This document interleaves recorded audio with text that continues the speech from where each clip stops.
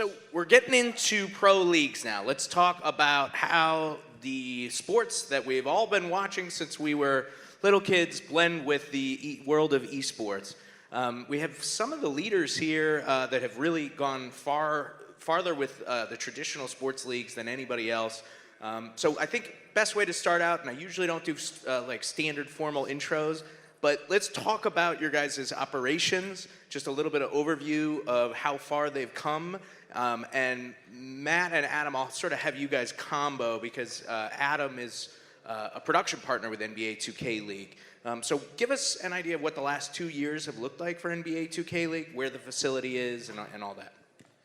Well, hi everybody. Thanks for having us. We run a we build an arena in New York City, in Long Island City for the last 2 years, and then build Adam and his team. I don't actually do it because I'm pretty dumb, but Adam and his team will build an actual production studio in the second floor of this arena, and we run our full production facility out of this venue and live there for 5 months out of the year. In year one, we were just sort of building the plane as we flew it. In year two, we found a rhythm. Adam and I were discussing this. I've only been with the league for 11 months, 10 months now. So my first day on the job was jumping right into a broadcast, and so we've made a lot of changes that we're happy to announce for season 3. But from a production standpoint, I think Adam can tell you what we're building. Yeah, I mean, season 1 was, let's get this thing off the ground, right? It was a new league. The NBA, Adam Silver stood up and said, this is our 4th league. So there was a lot of, I guess, pressure to make sure that this rose to the standard of the NBA organization. And in our first year, I think we achieved that. And, you know, moving from season 1 to season 2, it was, okay, now that we know this thing is sustainable, how do we grow it from here? And that's where Matt came on board. And to see the transition the show has taken the league from season 1 through season 2 was larger than any other project that I've personally been involved in. It's Sorry about that. amazing. I mean, you really have seen a difference just from season 1 into season 2, just in terms of literally the storytelling, the way that the in-game play looks, you know, and the studio changed as well. Right? Yeah, and I can say too, I mean, Matt can speak better to it, but seeing the change from season 2 going into season 3 is even more so. I mean, we are really morphing from a esports broadcast into a entirely new entertainment product altogether. Cool. Let's get a video, just real quick, give you an idea. If anybody hasn't caught NBA 2K League, it's pretty badass, so let's get a quick look.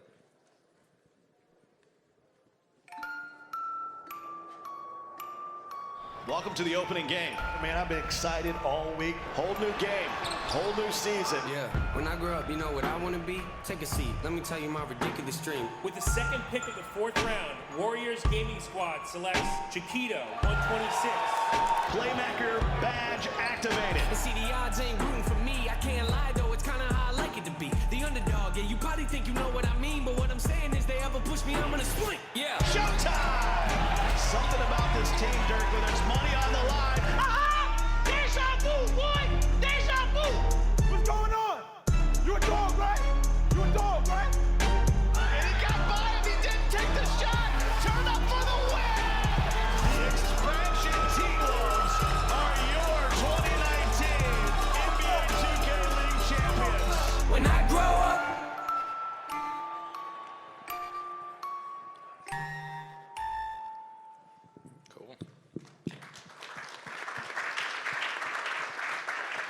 It is a fun venue too. I live right up the street, so it's I've come by a few times. It's pretty awesome. Joe, EA only has 2 of the biggest sports titles in the world. More than that, but obviously FIFA and Madden are you know, just dominant cultural iconic titles. And you guys have kind of built up more of an esports operation around those titles over the last few years, and that's continued. So, you know, tell us a little about the efforts, the facilities you guys have kind of built out, and the way the league structures work. Sure. So we run the Madden Championship Series and the FIFA Global Series. They are completely different animals, as you can imagine the NFL and FIFA are, but they have some pretty similar takes to them. Different between what us and the NBA are doing is that this is an open format, meaning if you grind out every weekend, you're playing, you can show up, you can make it to a live event. So it's a little bit of a different format. Difficulties in that, and we'll talk about that in a little bit. But the way our seasons work and the way that our events work is originally for both titles, we were going country to country, city to city, constantly going to a new venue, trying something new, reinventing the wheel every time. Last year, we started looking at the Madden Championship Series and thinking there's got to be a better way to do this. And what we started to realize was we spent most of our time thinking about what city are we going to, what venue are we going to, how are we going to get a crew, how are we going to tweak creative, and then fighting about budget a lot of time is what happens. So we started thinking about what's a better way to do this. So we started looking around the country for different ways to do it. We looked in Atlanta, we looked in Orlando, we looked all around. And finally, our facilities team at home said, you know what, we'll give you space at our headquarters in Redwood City. And so what we did was we built our own facility. And so we built a studio where we could do all of the Madden work for less than what we were doing it on the road.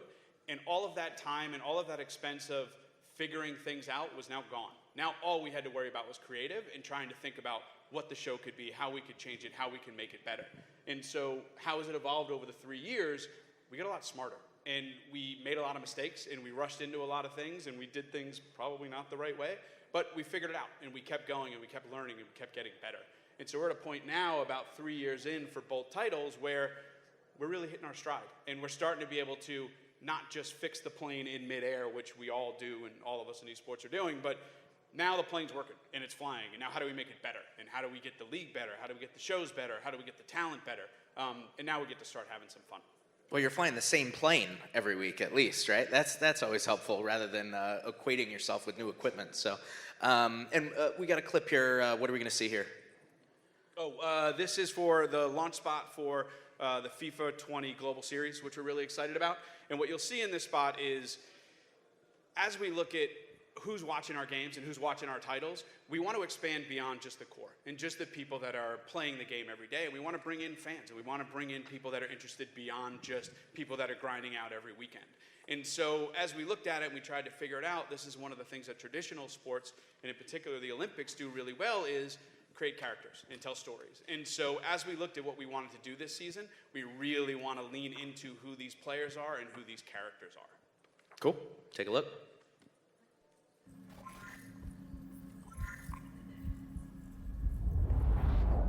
My mum is the one that got me into competitive FIFA. She was like, hey, why don't you play that? It's been a journey, but there's still a long way to go. Everyone from my family plays football.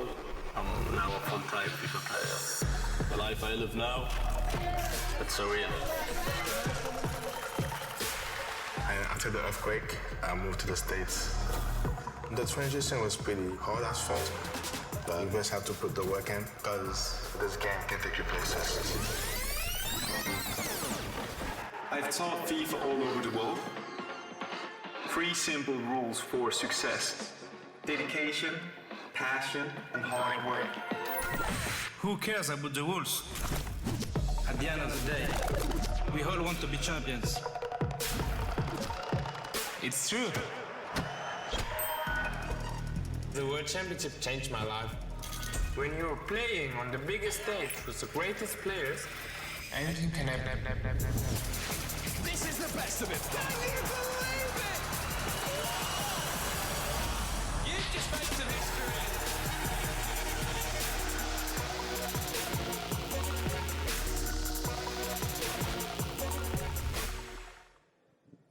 Cool. And we'll dig into your guys' workflows a little bit more in a sec. But Jeff, NASCAR has really dove kind of all in on esports, really identified it as a vertical that they wanted to attack. I think for obvious reasons, right? NASCAR, has a bit of a aging base, right? They want to hit that younger audience, that type of thing. So tell us a little bit about the 2 pillars of esports that you guys have gone through so far. Yeah, us at NASCAR, we've been involved with esports on a very small scale for about 10 years, but in the last year or 2 really ramped up and kind of gone all in.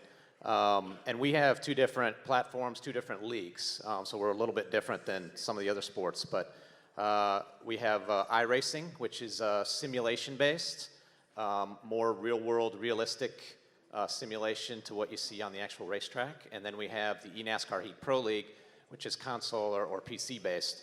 And the Pro League that debuted this year, so it was the first year for the Pro League, so we really dove headfirst into that. And that is a combination of NASCAR, our race teams, and the maker of the game, 704 Games, all coming together to kind of form that league and make it happen. And we at NASCAR and NASCAR Productions fully produce the Pro League, the Heat Pro League. We do it out of our production facilities in Charlotte, North Carolina, where we actually do a lot of our race broadcasts for some of our support series and things like that. So we're really marrying the two together, the real world broadcasts along with the esports. And you know, it went pretty well. Obviously, we had some challenges this year, but overall, it's looking good, and we can't wait for year 2. So I do have a little video that. Let's look at it. If you want to play of the. Let's check it out. Give everybody an idea what we're dealing with here.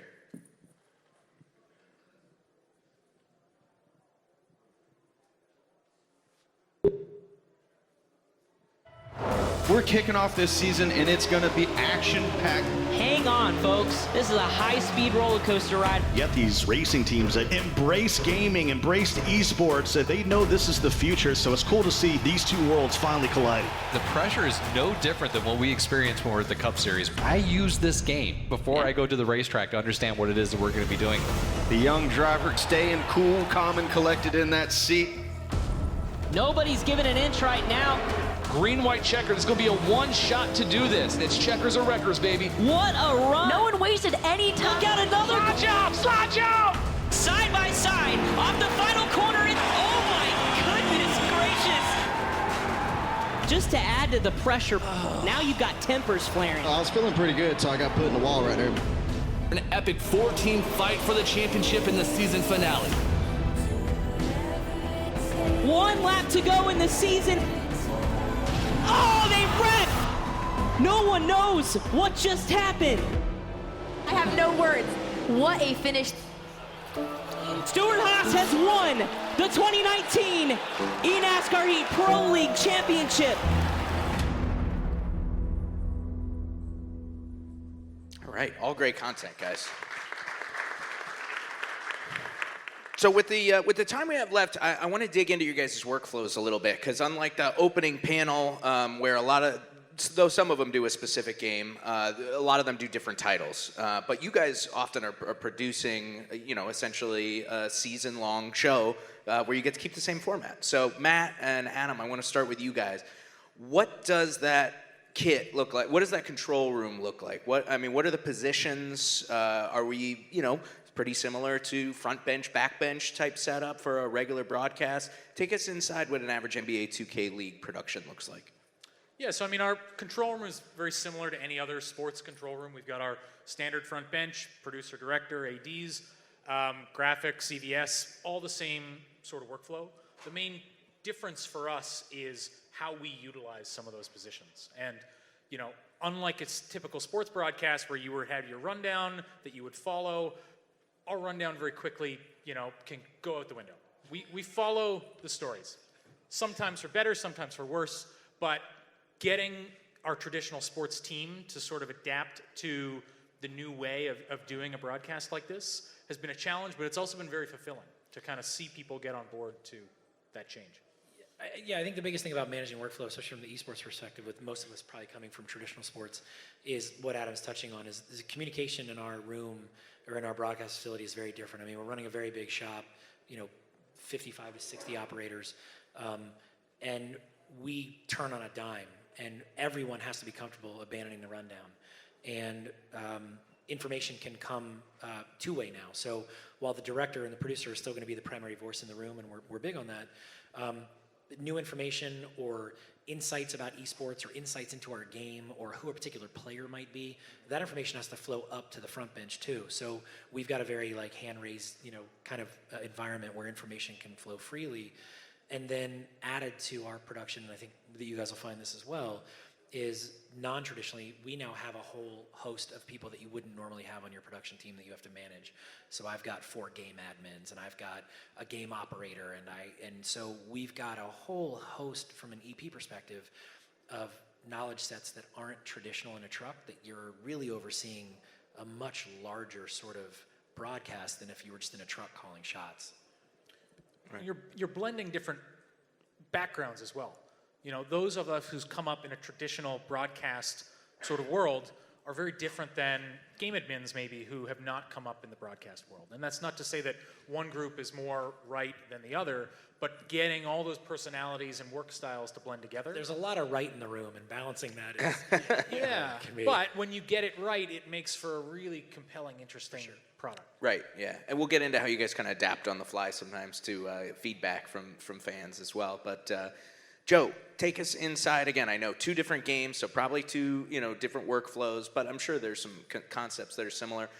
What does the spectator camera look like? What additional positions are there? Observer-like positions, that type of thing. Yeah, so you're absolutely right. So the control rooms are pretty similar. You got the same. You got the EVS, you got graphics, you got all the typical bells and whistles that you're going to know. But you're right. It's that signal flow that you don't see in traditional sports that's really tough. From Madden and FIFA's perspective, spectator cam isn't really a big thing. We take those traditional views. It's actually pretty interesting. We tried to do spectator cam, again, things that we learned over the years. We tried to do spectator cam in Madden, and we made it look more like a regular football game and use that view. Fans hated it. Hated it. They went off. To the point where they started telling the NFL broadcasters, let us make it look like Madden. Give us a sky cam. Yeah. So that happened last season when all the fog was at Foxborough. Was it Foxborough? I think it was Foxborough. Yeah. All the fog was at Foxborough, and they went with the Madden cam, and it was the greatest thing anyone had seen, and it was all the talk of the sports, the sports shows for the next week. So that's a big thing where observer mode is good to have, and you can do different things, but this community wants what they want, and they want to learn, they want to see the different aspects of what's going on with play selection and all that stuff. And if you stick to a traditional TV look, not big fans. And they'll let you know. They're not breaking news. These fans are not shy about letting you know what's going on. So that's a big piece. Once we get into our Battle Royale games like Apex Legends, our other new game, that's where the observer mode gets out of control and that room gets a little crazy. Yeah. And next year we'll have something dedicated to Battle Royale, I assure you. And we can dig into that. Jeff, again, you said you guys use your Charlotte facility, same facility you guys use to shoot a lot of your studio shows for this. So would you say, is it a similar workflow to those studio shows? And if not, what are the big changes you have to make? It is, just like these guys.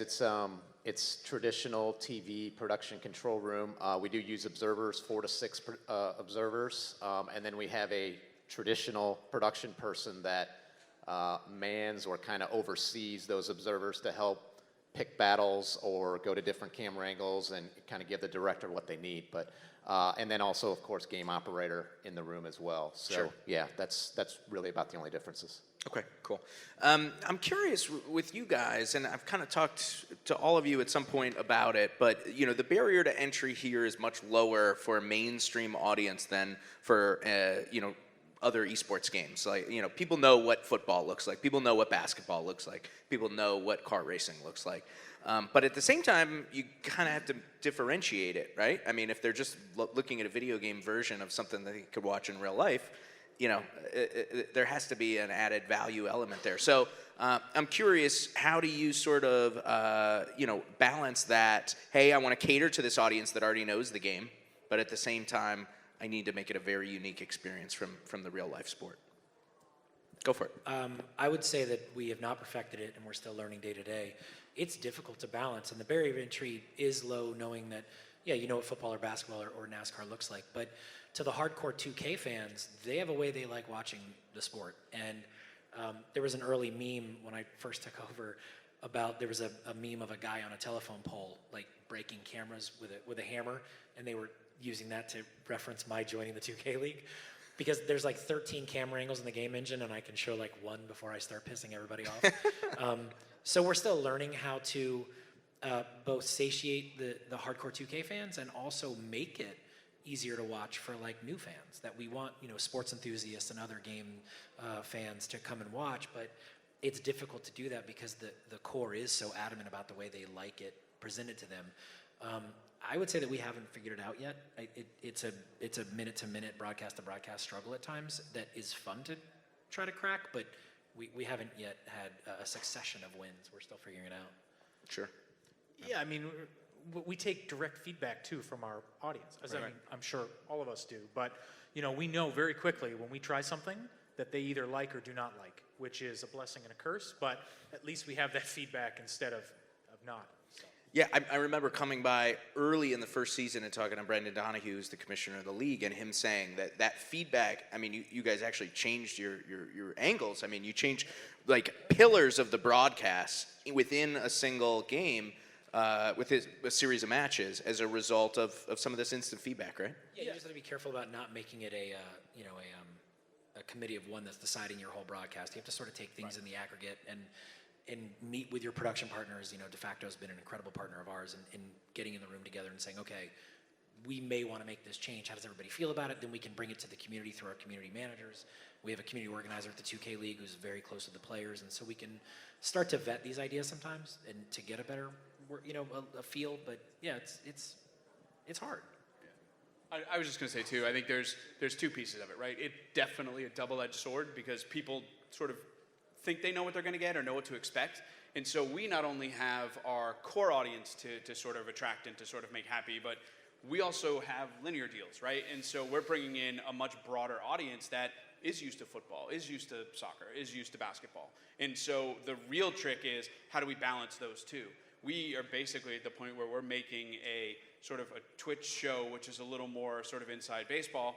Sorry, there's no baseball people here. A little more inside baseball, but then we have to then turn around, and for the finals that are going to be live on ESPN, we have to do a show that's a little more inviting and a little more accepting. So we do a lot of teaching on the show, on the different games, and so it's what are we teaching, right? And so during the Twitch portion, we'll teach really sort of depth, really deep sort of knowledge stuff, and then on the linear broadcast, it'll be way more sort of basic and way more sort of entry level. And so to Matt's point, we haven't figured it out either, and anyone that says they have is lying. Right. Yeah. Jeff, with you guys, Or we need to hire them. Yeah, or you hire, yeah, or they're on staff. Yeah. Jeff, with you guys, again, it's that double-edged sword, as Joe just referred to. You want to get, the traditional NASCAR fan in there, but at the same time, you want to serve your base, right? So how do you kind of play to both audiences? Well, we tried a procedure this year with using double boxes a lot, and showing the game in one box and showing via Skype the gamers and the drivers. We call them driver cams, but showing the drivers in the other box so that if people can kind of choose what they want to watch essentially. And we got pretty good feedback with that, so we kind of use that throughout the year, and we'll probably continue to do that moving forward. But like you say, there's tons of other opportunities and options to figure out what the audience wants, because it's always evolving. Right, yeah. I want to follow up on the education element that Joe just mentioned. From your guys' perspective, are there tutorials you put together? I mean, how much is catering to showing how to play the game better? Because let's be honest, that's the difference. You're not going to see that in an NBA telecast. You're not going to say, oh, well, this is how, whoever does it. Yeah, so, yeah, exactly, right. So how much is education playing into your guys' production philosophy? I'll go first. Yeah, sure. So for us, it's a big deal, right? So EA is a very data-driven organization, and so we know what people, what types of people are watching, what they're watching for, and we know 90-some-odd%, people know better than me, 90-some-odd% of people are watching to learn and to get better at the game. And so we spend a lot of time teaching. Our channel strategy team will tell us tips and tricks from a VOD content perspective, because we have, we look at doing these events, and they're 8 to 10 to 12 hours a day over the course of 3 to 4 days. And so within that, now we got to figure out what pieces are we going to pull out and put out on VOD, whether it be on social or wherever. Tips and tricks is always what people want, and those get the highest number of views every single time. So for us, we have two pieces, right? There's the educational portion of the program, and then what I talked about before, which is telling stories, creating characters. Like, that's the other thing that we're trying to do as well. I agree totally, and in fact, we'll probably double down on it even going into season 3. It's becoming more and more important, and more realizing it, like you guys are, that it's a huge driver. And I think what's different too about building a production team or building a team at a league, what you're probably already finding is that most of us on this stage are not only in charge of the broadcast, but we're also in charge of the content strategy and in charge of VOD, and so we're looking at our broadcast to see if we can create economies of scale and create content in the broadcast that then serves its role as VOD, as 101 or tutorial, or even learning more about our players. So the broadcast sort of has to feed a bunch of beasts. A content factory, right? Yeah, so that becomes that assembly line of, here's the long form, and then here's VOD, and then here's social, and so on. Jeff? Yeah, and I was just going to say that we rely on our athletes and our drivers to provide us those tips, those ways to improve at the game for the people that are trying to learn it at home. So we really reach out to them and have them provide us with content that way. Okay. What about crewing? It's been, I think, an issue across the entire esports sector, but especially for you guys, I would think, because it's just there's not as much infrastructure there. So when you're bringing people from a traditional sports space, or maybe there are some former players already, the way that the esports production ecosystem has kind of worked out, where do you find good production talent, or have you not yet, and you're still searching, I guess? Yeah, I mean, for us, it's every day. Like, it's the history of the people that we've worked with over the years. It's reputation. It's friends of friends. It's people, we have good friends in common that I would hire in a heartbeat. Like, that's the hardest part about it. The tough part is when there's someone that you think is really good, right? Like, I grew up at NBC. I'm a traditional TV guy, is where I started. So I look at people that I'd worked with over the years, so I was like, these guys would be great. Let's get them in. Let's get them in. We get them in, and it's square peg, round hole, right? They got to figure out how to work within this space. You get lucky, right? You get people that do come from the traditional space that do really well. You get directors, Will Wright, who's sitting right here, comes from is one of the directors that we use, who comes from boxing and worked for Golden Boy for a long time. And so he fit in really, really well. I've had other people that have come from different leagues, different networks, different production companies that are used to doing traditional sports. They can't hang with the hours. They can't hang with the personalities. They can't hang with pick a thing. And so it's tough. It's a tough needle to thread. I mean, I would agree. It's honestly one of the biggest challenges we didn't necessarily foresee, was a A-list producer who was excellent on a traditional sports broadcast suddenly, gets tripped up on the fast-moving, ever-changing pace of an esports broadcast. But what's also been really interesting is people who've moved into different roles who saw this as an opportunity, hey, I'm going to take this esports job, I'm going to try something new, and have flourished in something that they never would have tried in their regular sports day job, so to speak. So it really is hard to know in advance, but it's rewarding when you do find a diamond in the rough. Right, and I'm sure each year you're building more of a core, right? Just like any other production team over time. Jeff, does the same crew work your studio shows as the esports show? Yeah, pretty much. We tapped into our traditional production group, but you gotta look for people that can adapt. Like you guys were saying. And not stuck in their ways of the traditional ways to do things. And I think we tended to look at younger people, obviously, and that helped a lot. But yeah, that's the biggest thing, is just, not stuck in their ways and being able to be flexible and look at esports from a different angle. I mean, to steal a sports analogy, it's like any good sports team. You need a few veterans, right? But then you need a couple rookies. And if it's all of one or the other, you're going to get tripped up sooner or later. Right. I just add one more thing to that too, where the adaptability perspective, it's on both sides, right? So what we're doing, and a lot of what's happening now, is the sort of production value in esports has gone through the roof, and it continues to climb every day, every year. As we look at the people that are coming over from broadcast, and also the people that are within the historical traditional esports world, people on both sides have to be flexible, right? Because as you bring in new sort of industry professionals that come in with a sort of traditional way of doing things, it doesn't mean it's wrong, right? And so a lot of times the people on the esports side have to get used to that as well. So it goes both ways. Gotcha. This is an issue that everybody faces, across esports, but I think you guys are uniquely positioned. We saw it in the Fortnite World Cup. Basically, Cinderella stories, people coming out of nowhere, open competitions, as Joe had kind of said. NBA 2K League, even though there are rosters, that are set at the beginning of the year, you don't have a lot of prep time there. And Jeff, I'm sure, again, there are personalities that you're just kind of discovering.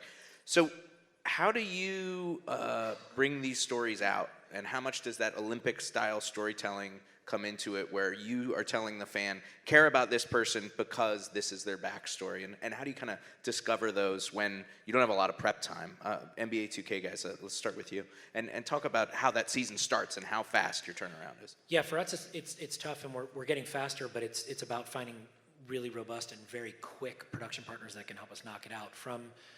We have a combine that actually started yesterday, and so this will be a 3-week period where the most elite 2K players in the world will establish their draft eligibility, and of that we'll get the talent pool that will go to the draft. That closes obviously in December. Our draft will be in February. So we have about a 6-week window where we might learn some names and maybe learn where they live and get them through the entire process that allows them to be draft eligible before we can reach out to them to create content. And then another 2.5 weeks between draft and the first game, I think 3 weeks. So you got a few holidays in there too. And there's some holidays banked in there from what I understand. So we tend to try to identify very quickly, and to combat this, we created a short form documentary series last year on my 3rd day on the job called Draft Hopefuls. And we go out and we tell 5 or 6 minute short form documentaries that we can shoot in a day. And we turn those edits around very quickly. We have a production partner called Mall Media who shoots and edits those for us. Yeah. They're awesome. They're amazing. For the record. Just for the record, a guy named Andrew Oshan, who's worked with both of us in different lives, has a company in New York called Mall Media. And so they'll run out and literally no crew, 1 camera, 1 sound, just follow this person for 4.5 hours, come back, have it edited within the next 48 hours, and we'll turn a short form doc out really quickly. And we'll use those as the beginning sort of basis storytelling. And then we will try to expose more and more players as we get out of draft and into the regular season. And then we support that further with a documentary series that begins the minute the season starts called Locked In, which was presented by AT&T this year. So partners are beginning to understand and jump in with us. And so we tell a bi-weekly IRL content series that exposes personalities. Okay. Joe, again, you're kind of coming, I mean, literally, especially with the club events, these guys come out of nowhere, right? And suddenly you're following a storyline and you had no idea where it came from the day before, yeah? Yeah, it's so by the second, the way this works. So what Jason's referring to is the Club Championship Series, which is all 32 NFL teams. They bring their Final Four contestants or Final Four players to our studio in Redwood City. We had no idea who these guys were a week ago. And so we're figuring out who they are as they go, as we're going through the show. We're building these stories, we're doing research, we're figuring these guys out. And so it's happening in real time. What I will say, though, is one of the bigger, for me, you know, obviously we can create stories, right? We can find out who these guys are, we can get the producers out there, we can learn about them, we can help tell these stories.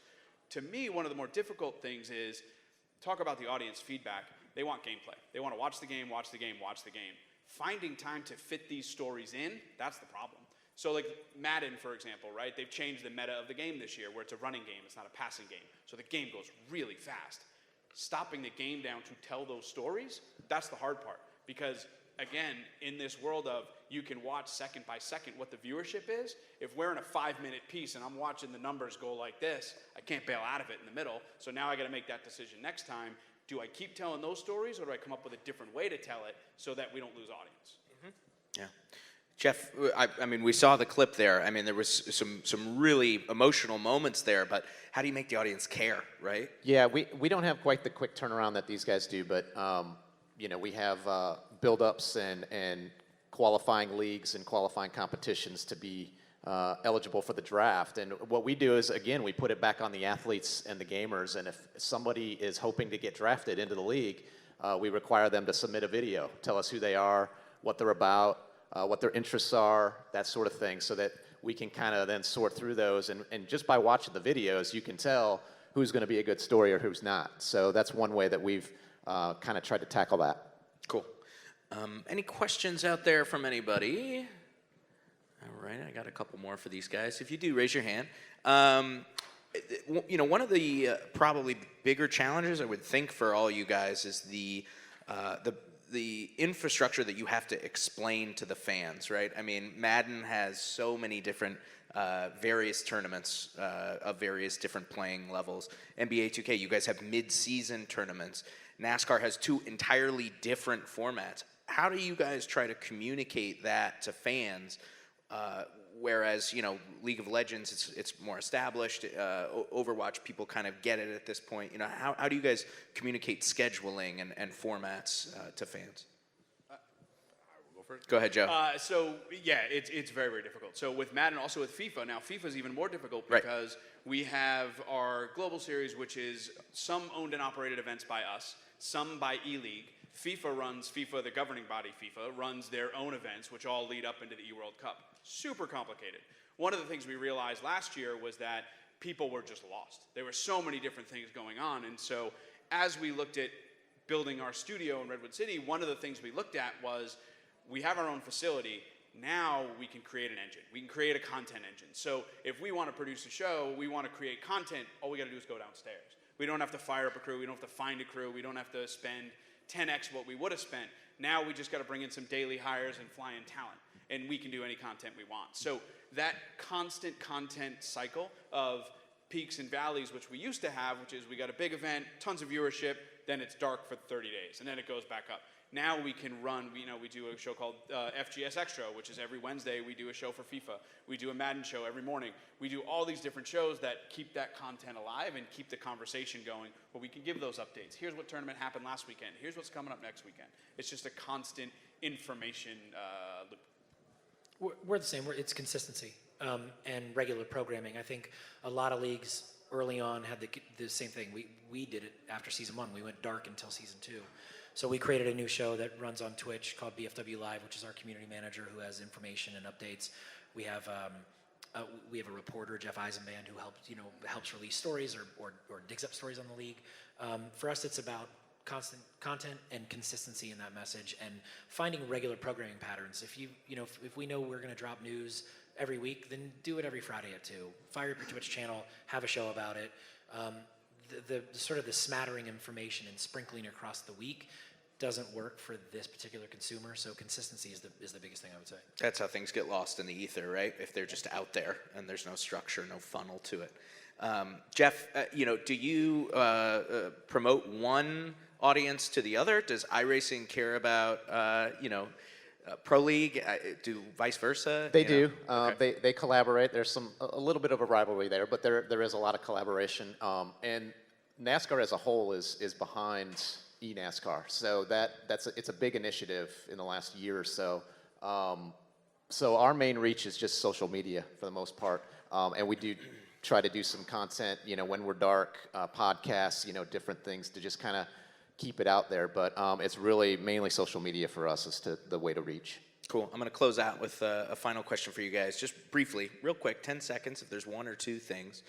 What do you guys think you learned? What's the most important thing you've learned from the other major esports entities? The Riots, the Blizzards, obviously you guys know the traditional sports leagues. You work with them closely, but there's a lot of storytelling that I'm sure that you kind of pulled out, or maybe some technical elements that you pulled out. So if you had to choose just maybe one or two things, what did you sort of take from the torchbearers of esports that came before you guys?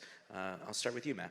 Just don't limp in, invest, and make it big, and take big chances and do cool shit. Like that's just, don't limp into it. Take big chances, do cool shit. That's on my gravestone, no question. Yeah. You're up, Joe. They really know how to put on a live event. I've heard that a couple of times today. People talking about the different live events they do, the sort of immersive experience they have. They really do it better than anybody else. Yeah, I would agree with that, and seeing the venues pop up that are popping up all over the country, and we're talking about going to some of these places potentially and looking at that. So that's the biggest thing that I look at. That's fun. I'd say scalability, right? Just because you start small or at a certain level does not mean one day you will not be the next Overwatch, League of Legends, or bigger. So, if you start small, you're going to trip up if you don't scale properly. Great, guys. Thanks for taking the time. Appreciate it. Let's give these guys a big hand.